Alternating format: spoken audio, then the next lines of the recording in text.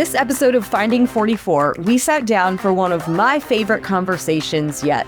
Kalen Jackson is the owner and vice chair of the Indianapolis Colts, and in addition to her role leading the franchise, she founded Kicking the Stigma, the Irsay family's initiative to raise awareness about mental health and remove the stigma often associated with it. Kalen explains the strides that are being made in how we address mental health, the next steps to come, and how the NFL is embracing these conversations. May is Mental Health Awareness Month, and Kicking the Stigma is no doubt leading the charge in creating access and removing barriers to critical mental health resources. Listeners, champion for change, Kalen Jackson. Kalen, I am so excited to have you for this conversation because I have had a front row seat to Kicking the Stigma, and you and I have had so many conversations online, offline, about the mission, about the strides that have been made, about the vision that you have, that I'm so excited for this audience to have the opportunity to learn so much more. And I know one of the objectives of Kicking the Stigma is to create conversation. So it feels like this is such a fitting way to bring it all together. And since starting the Kicking the Stigma initiative in 2020, where are the biggest strides that you have seen in that period of time in the mental health space? Thank you guys for having me. First of all, I'm super excited to be here. And as you know, specifically, Lyra, anyone who wants to talk about this topic, I'm excited about it. And I think that kind of leads into probably one of the biggest strides I've seen is that simple fact of this becoming more of a part of daily conversation, a part of cultural topics and relevance to people. I think unfortunately for so long, mental health has really hidden in the shadows as something that people don't know how to talk about or don't want to talk about it.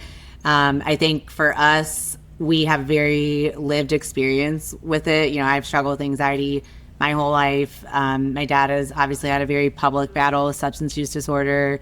And alongside him, you know, we've gone through that with him. And so for me, it's interesting to see. I kind of look at it in two ways. I look at it from strides personally that I've seen since I was a kid to now, and the struggles that we went through as a family and how it was viewed by people. And even how my anxiety was viewed at that time compared to now is so different. And I think we grew up in a family where I went to therapy starting at age 8, and it was a very open conversation. It was a very normal thing for us to all be a part of. But I think growing up, I remember my mom telling me, you know, not everyone may understand, you know, what you're doing or why you're doing it. And I don't want you to worry if they don't understand it. It's still important and valuable. And but she was telling me in the sense that you may not want to share it with anyone unless you're comfortable with how they might respond. And I think, you know, today it's so different. I still think we have a lot of work to do. We are by no means where I would hope we are as a culture in terms of how we talk about mental health and mental health struggles, but I think we've come a long way. So I kind of look at it from two lenses, like I said, when I was young to now, and then also from when we started this in 2020 to now. And I think that there have been incredible strides, but I think the biggest improvement is simply talking about it and caring about it and being okay, having it be okay to say, I support this, which sounds to me just something that you can't believe is actually true. But that's a fact. That's why people didn't donate even to mental health organizations, because they were fearful of judgment and stigma that might mean to somebody that, oh no, they have something. And they were so scared of even having that association. So I think that I could talk to you for 3 hours and or more about the things that have improved. But there, like I said, there's so much more to do, but I think simply it being still in the headlines and still part of the conversation. And it's really something now that I feel like people have decided that it's supposed to live out in the light now. You know, it's going to not be put back in a box anymore, which I think is probably the best thing. Because I think when we started this, and a lot of people, when they start a campaign or an initiative, I think a lot of people think, oh, it's going to be for a year or however long, and it'll kind of go away, or, they'll do enough and then they'll move on to something else. And for us, when we started this, we knew, and it's still that fact, that this is a lifelong mission and initiative for us. This is not something that's just here now because it became more talked about during COVID. This is something that is an issue that we truly have lived experience and believe in it genuinely and see the pain and heartache that exists within it. And we just want to be a part of fixing the problem.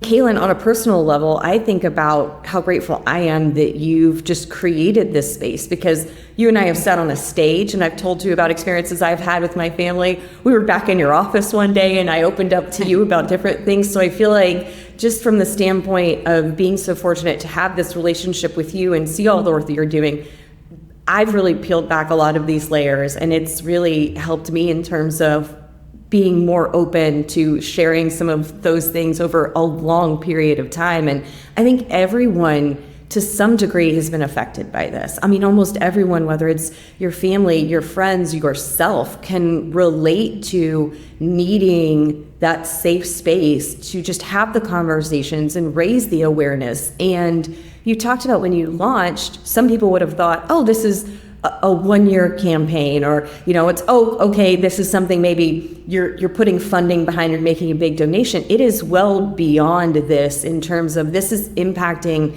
at a systemic level in the mental health space. And I remember being a part of the launch in 2020, and given the circumstances of a pandemic, a lot of people would have seen that's a less than ideal time to make a big leap. And there were challenges with not being able to have in-person events. However, from the mental health standpoint, how did it align almost perfectly with the pandemic, the circumstances, and such a greater demand for mental health support? It's funny I think, like everybody, when you look back on COVID times, we all have a very almost scarring memory of certain elements. And this is a shining light, when I think we had already planned to start this initiative prior to COVID. We actually thought maybe in the spring is when we would do our first event, which we were very wrong in the end. But I think for us, as we were learning more about the space and learning about the numbers, especially in the state of Indiana, that were before COVID, and then seeing what was happening during COVID, we really didn't want to wait. We saw how high the need was. We saw that the need was now, and that we didn't need to be able to be in person to make an impact. And we didn't have to have an event to make a difference and to start talking about this. I think more people were watching the news and TV and being on their phone and all that stuff because we were stuck inside. And so I think in a weird way, it did kind of come at a serendipitous time, if you will, that it was meant to be that way. And because we knew we couldn't have an event, we had done it around the My Cause, My Cleats campaign was how we kind of launched it within the season. But in that spring, what we really focused on was we want to do big, impactful gifts to show our seriousness in the space. So we did 3 separate $1 million gifts, all specifically to addiction services at the time, but really as a way to launch it. And through that, we did, in my dad's basement, because it was COVID, did an internal video that was really just supposed to be, all of this was supposed to just be on our website, our social media, all of that. And through it, my dad got so inspired by it that he really said, this shouldn't just be something that we're talking about at this level. Like, I want this to be something everyone's talking about. This has been hidden for too long, and I really want it to be bigger. So that's when he wanted to have it be a national PSA campaign. And I always laugh. I always tell people we didn't have a website, we didn't have a logo, we didn't have anything. So I was like, hang on, give me at least 2 weeks to throw something together and at least have something for somebody to go to. Because as much as we didn't expect the immense response that we got, we still knew that having a big statement like this and having it be in places like Fox News and CNN and big sporting events, that people were going to pay attention. And we wanted to make sure that people at least had something to go to, where we could at least put, if nothing else, resource lines and things like that, if they are struggling. Because really the PSA originally, I think was so unique about it is it wasn't asking anyone for anything. It wasn't really even a call to action. It was simply, we just want to say that we know you're out there and we're struggling too. And I think because, like you said, at the time, with it being COVID and so many more people struggling, maybe for the first time, or recognizing at least what was going on with them for the first time, or a family member for the first time, it really struck a chord in a really positive way. And the number of letters and emails and calls, and, you know, I have binders and binders full that I still have. And it's just people that want to share their story. And I think it goes to that fact that you were talking about, Lyra, where you're sharing things with me. It was this element of realizing, and this has continued through all the years, that one of the most beautiful things about the initiative is that it's giving people the permission to talk about it. It's giving that permission in any way, whether it's just with your best friend, whether it's with a whole room of people, whether it's with your boss, or whatever, whether it's writing a letter to one of the heads of a football team that you've never met. They felt safe. And I think that to me still resonates as probably one of the things that makes me the most proud, is that, number one, we're all humans first. And I think so many people feel through their struggles somewhat dehumanized and just kind of made to be this problem. And you just saw that even us coming out and saying we struggle too, we're going to be the first ones to say it. It made people feel safe. It made them feel loved. It made them feel accepted.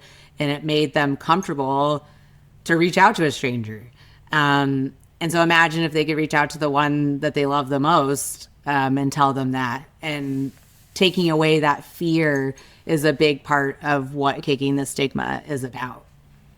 Kalen, I love that so much. And, the conversations that I have relative to mental health are often, they revolve around the fact that it's this kind of invisible sector of healthcare, right? That's not a broken bone that you can say, oh, hey, here's a problem, or, a cancer that, can be diagnosed in that sense.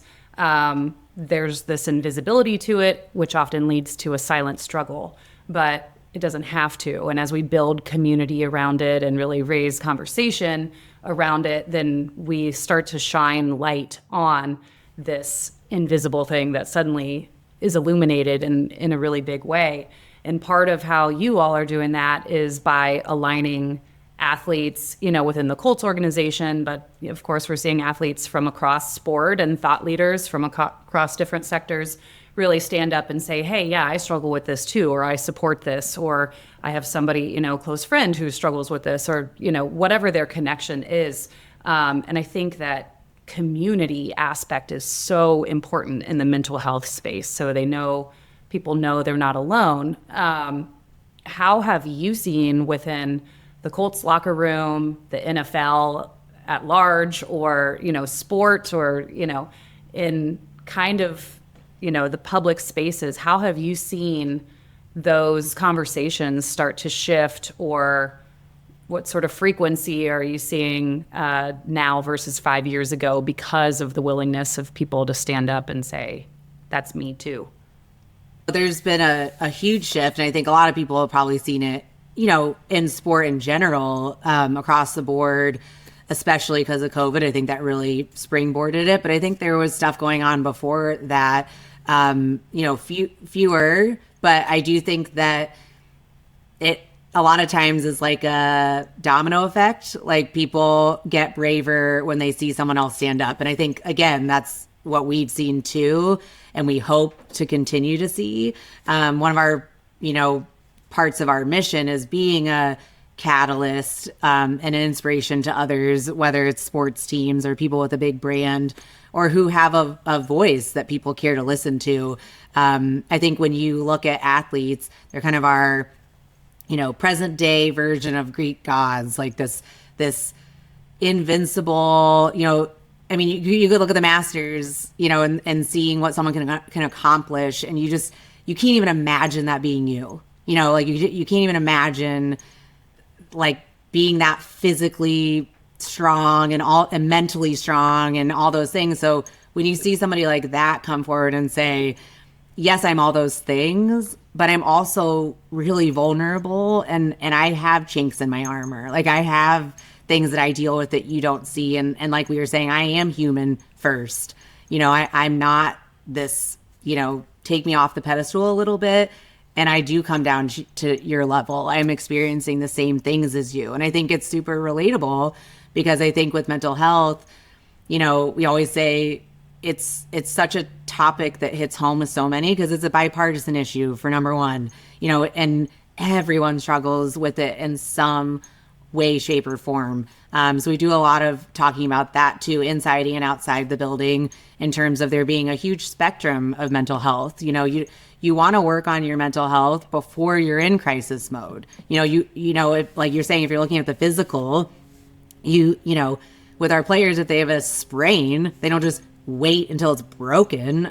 So it's the same concept. And so I think there's so much that has happened. If you want to take the league specifically, a lot of people don't know, but like in 2019, it was mandated that there were clinicians on the football side across the league. And we are very proud to say we already had one in place for a couple years at that point, but that was few and far between.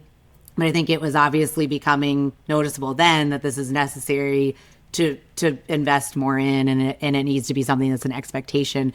And so from there to now, I would say that we are still the first NFL team and only NFL team to have donated a game to mental health awareness.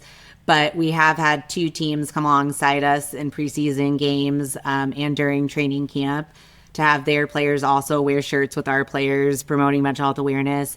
So even seeing that and the willingness for a team to work together on something like this is not really common. You don't really see that happen a lot. And I think that for us, it's so important because it's not about us. Like, we take our logo off, we put their logo on, we still use our Kicking the Stigma terminology and all that stuff. But for us, it's reaching more people. It's not about us. Like, we put the horseshoe with our logo because we know it shines a light, and people who may pay attention to us or anything to do with the Colts or the horseshoe or football in general might be paying attention to this now, and they may not have before. And so, like, that's really the only reason that we have incorporated that. We always like to say it's not about us. We just know that that's why people pay attention. And so for us, being able to partner with teams like that, we've had conversations at the league level, and we continue to encourage and ask them if there are any plans in any way to have it become a league initiative. Maybe not in the way that the ones that there are currently with cancer and military, but maybe even, just around World Mental Health Day or Mental Health Awareness Month in May. And I think that the more this is talked about, not just by us, but other teams, other players, and especially their own players, and the more that people are coming out and talking about their struggles and why this is important to them and why they want to be an advocate for this space, the more that it'll become, I think, a possibility that will happen.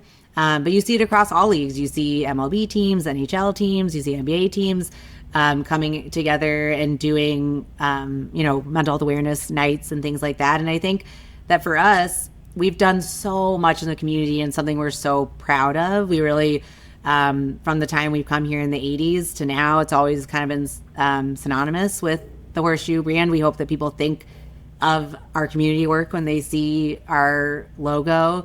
But I think this, more than anything else, has gotten more of a response than anything we've ever done, which I think shows you the need and how it really touches everyone. And I think you can look at, whether you're looking at military, cancer awareness, whatever it might, any element, homelessness, food scarcity, there is a mental health element in every single element of the community. So we're really looking at that too. How can we showcase the need within all of those areas, and that it's not just its own thing. It's a part of everything, and it always has been. It's just now being talked about more in that way. Kalen, you talk about the organization and the emphasis on community, and to put a spotlight on the fact that the Colts want to be at the forefront of making a difference in a lot of areas. You talk about kicking the stigma. There is also the diversity fellowship that bears Coach Dungy's name to create more opportunities in football. Same with opportunities for women in football with the Harriet Irsay Fellowship. You talked about the Colts being the first organization to have a team clinician and make sure there's a dedicated mental health professional within the building. When this became a greater initiative as part of the organization, what impressed you most about the buy-in from the locker room? Because I think about all of the voices and all of the players who were so willing to get behind this. And, Kenny Moore comes to mind immediately because of how invested he's been since the beginning. And he's been one of those really strong voices. But in talking to so many of those guys, it seems like, and we've said this before, just the openness to being able to speak about it, and especially the veteran players saying how much a shift they have seen in this being addressed at the league level.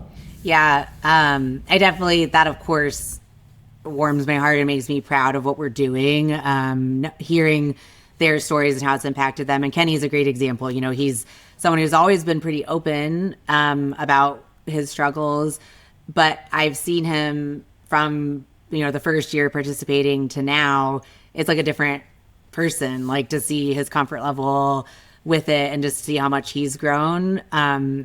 In owning that part of himself and how it can make you stronger mentally by working through those elements.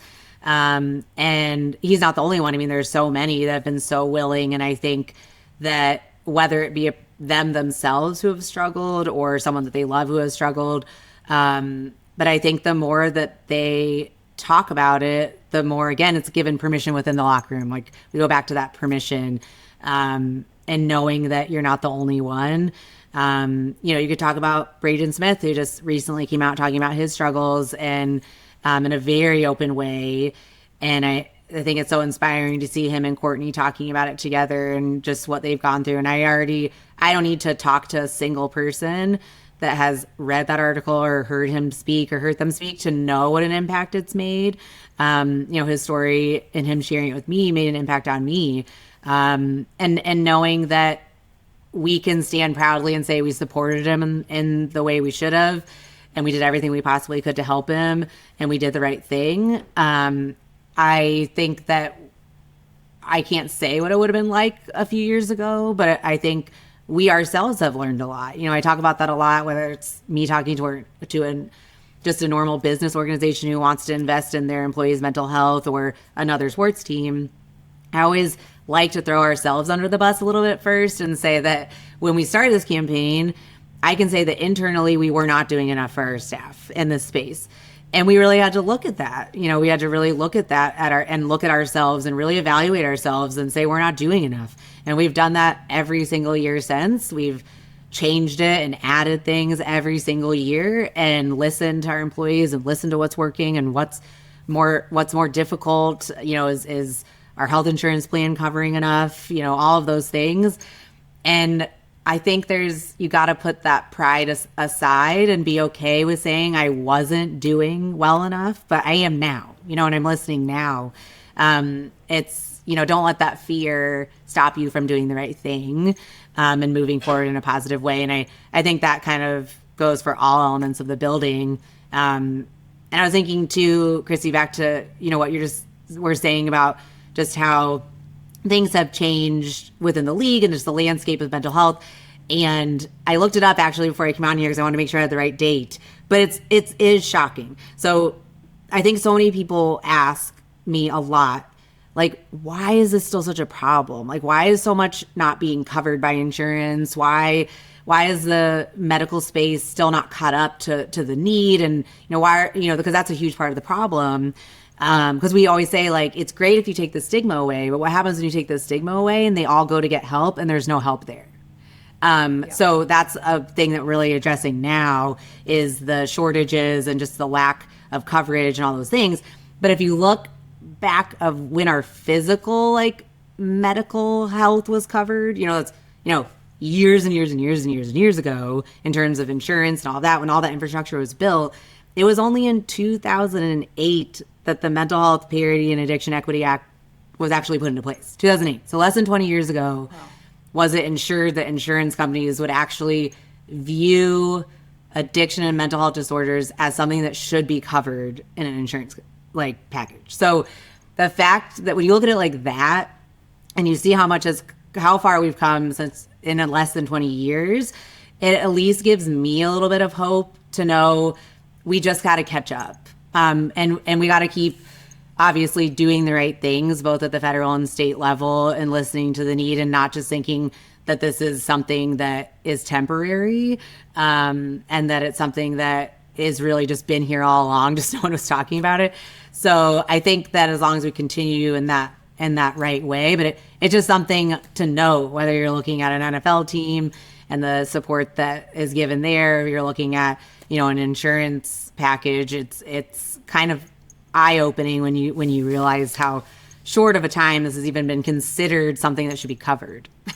I love so much what you said about, looking back, and especially that introspective piece about knowing that we did all we could and really leading by example. And on the Project 44 side, that's so much of what we are trying to inspire, is just this culture of yes and being willing to stand up and say, yeah, I will put myself out there, I'll put my resources out there, I'll put my brand out there, I'll put my network out there, financials, lobbying, whatever it is, to do all we can to inspire that change. And I think, it's easy to say, hey, we're about this thing, you all need to get on board. And it's another to say, we are leading the way, through and through, internally and externally.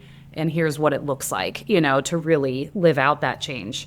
But as you think about, the past 5 years for Kicking the Stigma specifically, what are the achievements that you feel that you've really kind of spearheaded and, the mental health space has seen and acknowledged because of the role of Kicking the Stigma? And then what do you hope to inspire and, kind of achieve in the next 5 years? What's coming down the pike after this? Like I said, that conversation, that continually happens, and that we hear these personal stories, not only within families, but businesses and companies that are really looking at this more closely because of the work that we're doing and feeling inspired and willing to take that risk, like you were saying, to, maybe put your pride and ego aside and realize that, we need to do the right thing, and really not get behind here. I think that's definitely one. I would say, obviously, to date, we've committed over $31 million, whether it be through the PSAs or our grants or, individual donations from our family. That obviously is a huge, money's definitely not everything in this space, but we realized how it took a really big commitment financially to really get this being talked about. And now we've kind of built this infrastructure that we can stand on and really point to how we have strategically donated. And I think if I'd say one of the biggest things I'm proud of and hope, when I look back at the first 5 years and I hope to see in the next 5 years continue is that when I hear people who have been the experts that are in this space, who have been in the space for their entire lives, tell me that they're so impressed with how we are able to strategically donate. And that means, like, not just put money somewhere, but know that where you're putting your money is actually causing change and actually inspiring others to come alongside you and donate. Or we really like to collaborate with different mental health organizations and or families that we have now learned are interested in the same space. How can we collectively come together, whether it's with families or even, with the state? We've looked at and done a lot of private and public funding type donations, which I think really move the needle. So I think I just hope that is always what someone says about Kicking the Stigma, is that every dollar is really genuinely strategically given. Because I always like to say, of course, giving any kind of donation is wonderful. It's never bad. But I think this is a space where if you're not careful, something could be donated to a space if you're not looking at the details of it. For example, is it evidence-based? Is it something that's actually causing real change? Or is it something that in a couple years may not actually be something that's impacting this space anymore? And so how we've done that is really leaning on our experts. So I hope that as we continue through this journey, we continue to kind of compile more and more of our experts. One of our goals is to have kind of more of an official advisory council. We have kind of an unofficial one that you guys don't see, but that we talk to all the time, whether it's running grants by them or running elements of it that, you know, because we are by no means the experts. And we have so many wonderful people that we have found throughout the years in this space who are my heroes that have been doing this forever and no one knows who they are. And it's like, I feel like they should be the celebrities because they're just saving so many lives and making people's lives so much better every day. And I just hope to continue that in terms of really showcasing more and more to the people who are coming to us and trusting us with their money, or coming alongside us and donating to the people we're suggesting that they donate to, that they continue to feel proud and know and are able to see, you know, how we're making those decisions. I really hope to see more and more teams within our league buy into this, and more are every year. I hope, like I said, to have the NFL have some kind of annual initiative in some capacity with it. And I really hope that we continue to dip our toe in the water of lobbying for things like this. I think that it's probably the first space that we've really put our name to, you know, certain bills and things like that, which is really a new area for us. It's not something that we've really done a lot of, but we've really seen the impact it can have. I think that because of the horseshoe and because of our family, we've seen that we have a seat at a lot of tables. And how do we use that to enable to shine a light on these people and places that I'm talking about, organizations that are doing this amazing work and could really be making this huge impact on the state if they just had a little bit more support or even were known about. So I think we just hope to continue to be a catalyst. We'll continue to fundraise and we'll continue to give our own funds, most importantly. But I think most importantly, what I've noticed, whether it be at the state level or with different organizations or families, that we really can't do this alone. You know, this is not something that we can fix by ourselves.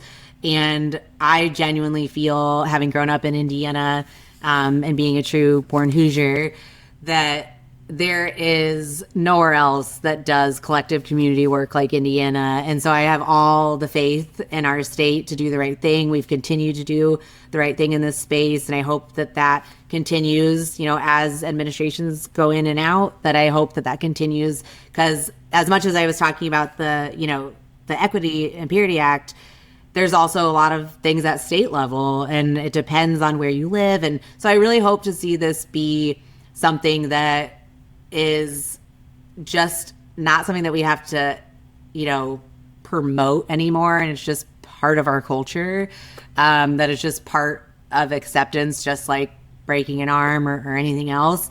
And that people don't have to live in fear and can live in an authentic way. I think I look back to the stories that, you know, random strangers have shared with me, or employees like Lyra has shared with me.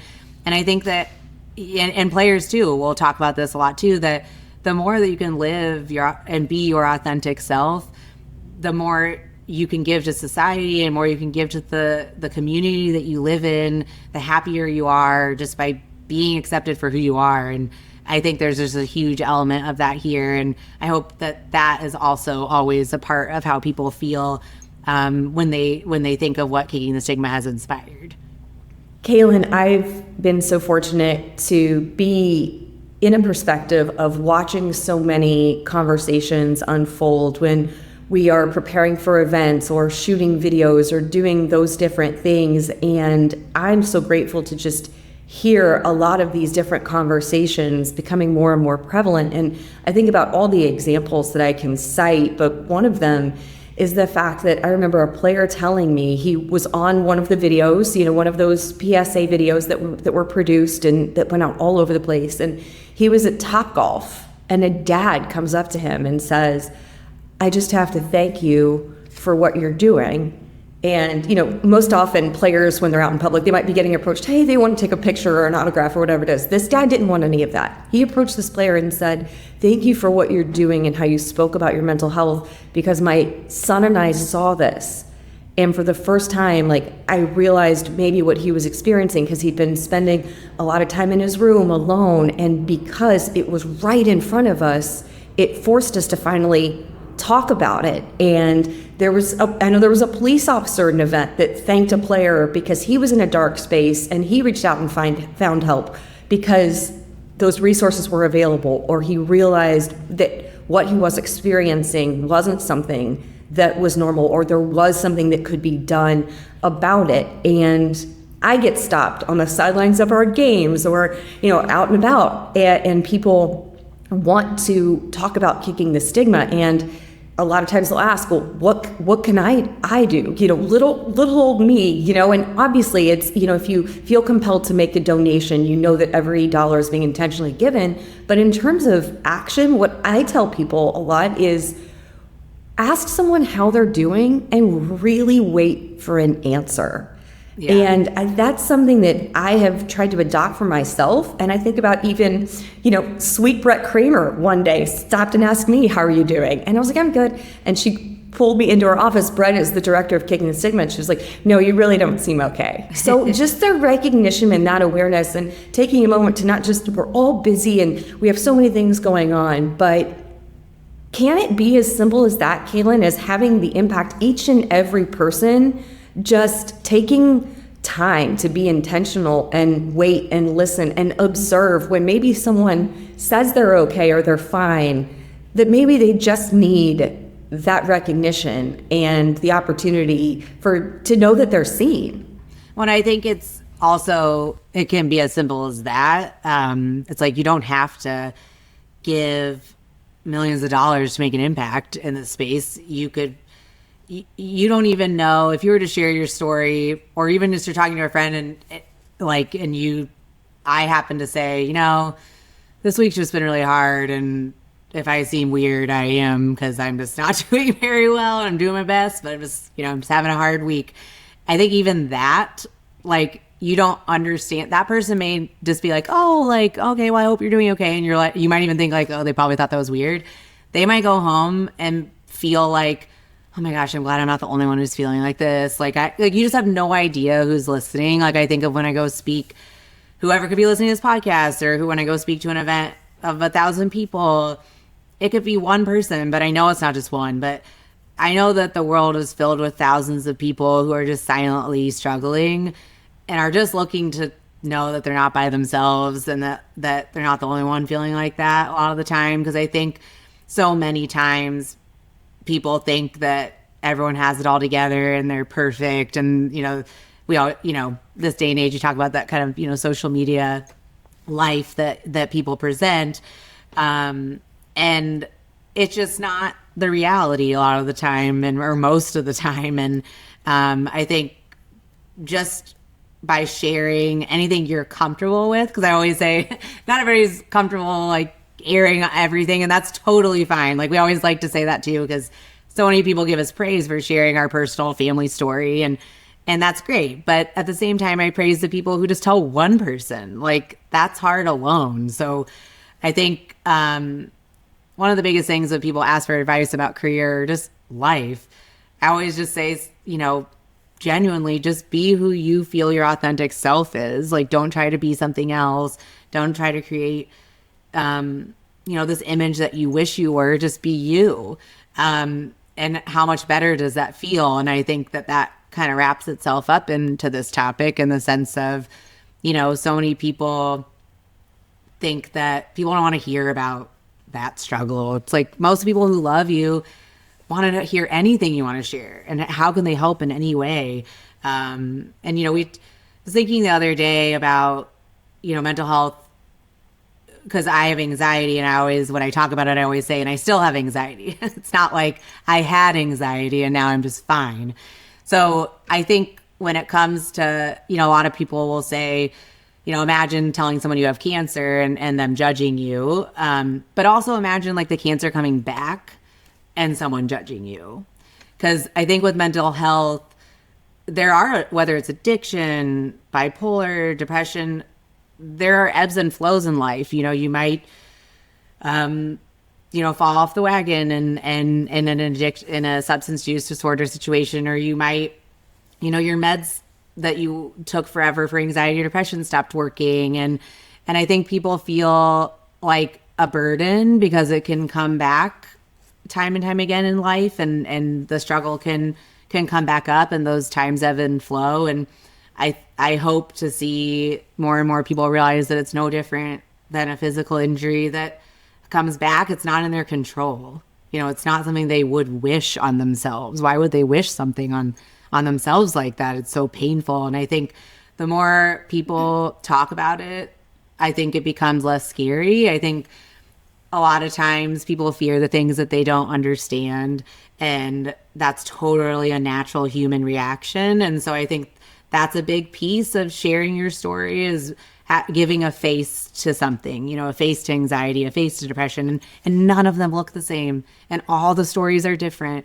They're not one single one is the same. And they would relate to each other, but they're not, every story is different, just like each of our own lives. And so I think the more people that share, the reason that helps so much, and the reason, Chrissy, you talked about community in this space, the reason peer-to-peer work is so successful, sometimes for people even more than individual therapy, is because of that element. Because of that element, to be able to be comfortable in your own skin with somebody else, to be able to have a lived experience. But even in those situations, they're not the same. There's no two stories that are the same. And so I think compassion is just a huge piece of this, and that we hope to inspire that with every element and PSA and gift that we do. We hope that it continues to inspire that, because I think that it can heal a lot. Yeah, I think, that proactive versus reactive, and, showing up for people before the crisis and giving them the opportunity to show up. I think we so often kind of default to, well, they don't want to worry about that. That's not their problem, or on the flip side, I don't want to stick my nose in there. That's none of my business. And it's like, well, hold on. Let's put ourselves in the shoes of after a potential crisis has occurred. And if we would have known, what would we have done differently? And I think, so much of what you just said about kicking the stigma is giving us that opportunity to show up before the crisis and say, hey, we're here. How can we participate? How can we help? Yeah. I just love that so much.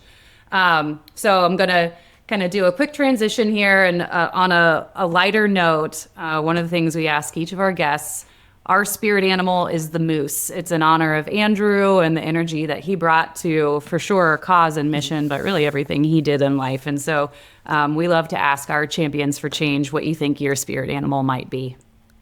Well, it's funny because I have two young girls, 5 and 7, and they love animals. So we always talk about, like, if you were to come back as an animal, what would you come back as? And for my whole life, since I was little, I have always wanted to be a dolphin. There's something so freeing about the ocean to me. And I think, to me, though, dolphins in particular, they're friendly and funny and kind. And they're just such an interesting animal. But the thing that I think is so interesting, as much as they are all those things, they're extremely protective. They live in community. And I always used to be amazed by the fact that they could hurt a shark, because sharks are so scary to me, but it may sound funny. But I have believe me, stay with me, I have a train of thought, is that the fact that dolphins can be this massively strong, animal, but have this goofy, silly, I think it just feels like how I hope I present myself. I hope that I am stern when I need to be, and I stand up for the right things, but I'm two things. I'm loving and kind, and I really love listening to people. I love communicating with people. I love hearing people's stories, but I also, through my age, have found this real grounded person that I think I didn't have as a kid. And I always like to ask people, when it comes to mental health, if you could tell your younger self something, or if you were looking at yourself as a kid, what would you hope that they knew. And I think that for me, I think I liked dolphins so much because I always wish I had that kind of strength.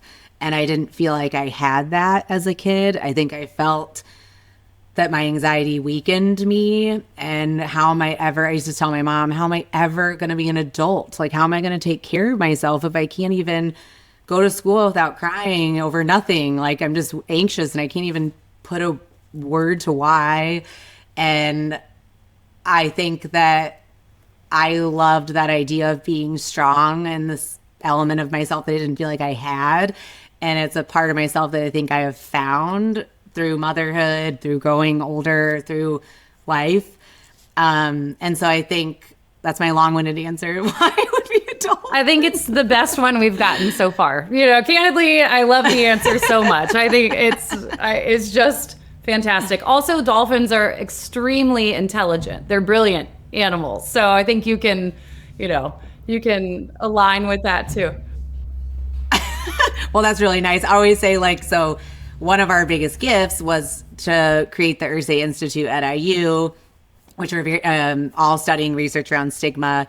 And it's one of our most, biggest gifts and one of the ones I'm most proud of. But I always laugh because it's called the Ursay for short. And they call the doctors that are within it Ursay doctors and Ursay scientists. And I'm like, that's the closest any of us have ever become to a doctor or scientist. You guys are way smarter. So yeah, maybe that's it too. I always wish I had the intelligence of a dolphin too. Well, for those who can see my video, I'm going to be dolphin looking now because I actually happen to be in Florida. I've seen the manatee out here, which I love. And you talk about like the docile nature of it all. And so like the manatee have been floating around behind me. But when one thing in your saying the strength of a dolphin, something that I've learned from you because of this campaign is that vulnerability is a strength. And that is something that I think Kicking the Stigma has so effectively shifted the perspective of vulnerability. And May is Mental Health Awareness Month. And there are going to be so many resources. I know kickingthestigma.org, Kicking the Stigma on all of the social platforms. Anything in particular with Mental Health Awareness Month, Kalen, that you want to, promote or, share with everybody in terms of the timeliness for sure? We were just talking about it, and we're doing so much in the month of May, obviously. And I think if anything, it would be, following us on social media, because we'll be posting a ton of ways that you can yourself impact, whether it's, just between you and the loved one or a friend, or if it's actually within wherever you work. We're really trying to, now that we've really established ourselves and we're headed into, 4.5 years of doing this, we really want to encourage people to talk about it. So let's talk about it is kind of our slogan that you'll see a lot. And that can mean, like I said, it can mean in so many different ways. It can be sharing something on social media. It can be talking with a big group of people. It can be sharing something with your organization that you wish that they were doing something like we're doing. And so we're really sharing a lot of best practices, organizations that we believe in and that we're using in case other people are interested in. So all of that can be found on our Instagram and Twitter and website. So I think I would just encourage people to check out what we're doing in hopes that it's a catalyst and an inspiration to others to maybe possibly do the same thing. And also on there are a variety of different ways to take care of yourself and reach out to different organizations for whatever it is that you might be going through, including, which I think is not as commonly known, there's free assessment tools online that we have listed through our website as well, in terms of so a lot of people don't know what they're feeling, but they feel like something is going on. So it's a good place to start. I think if people are feeling that they're struggling, but they don't want to talk to anybody yet, it's something that you can do on your own in the privacy of your own home or even on your phone. So I think even though there's a lot of difficulties with technology and the way it affects our mental health, there are a lot of positives, and it's one of them. So I would just encourage people to do that, and also to take the month to try to challenge yourself to take care of yourself, because I think we kind of get put on the back burner a lot. Absolutely. Look out for yourself. Look out for those around you. Be kind. Create conversations. Talk about it. all of those are great ways to just adopt that caring for your mental health, sharing your mental health, and being receptive to others and what they might be experiencing. So Kalen, I am so proud of all that you have accomplished and how you've just created such a safe space for these conversations to be had like we've had today, and cannot wait to see what the next 5 years hold for Kicking the Stigma. Thank you for having me. Thanks for joining us on this episode of Finding 44. If you liked what you heard, be sure to subscribe, rate, and review. Follow Project 44's mission at project44.org and find us on social media at Join Project 44.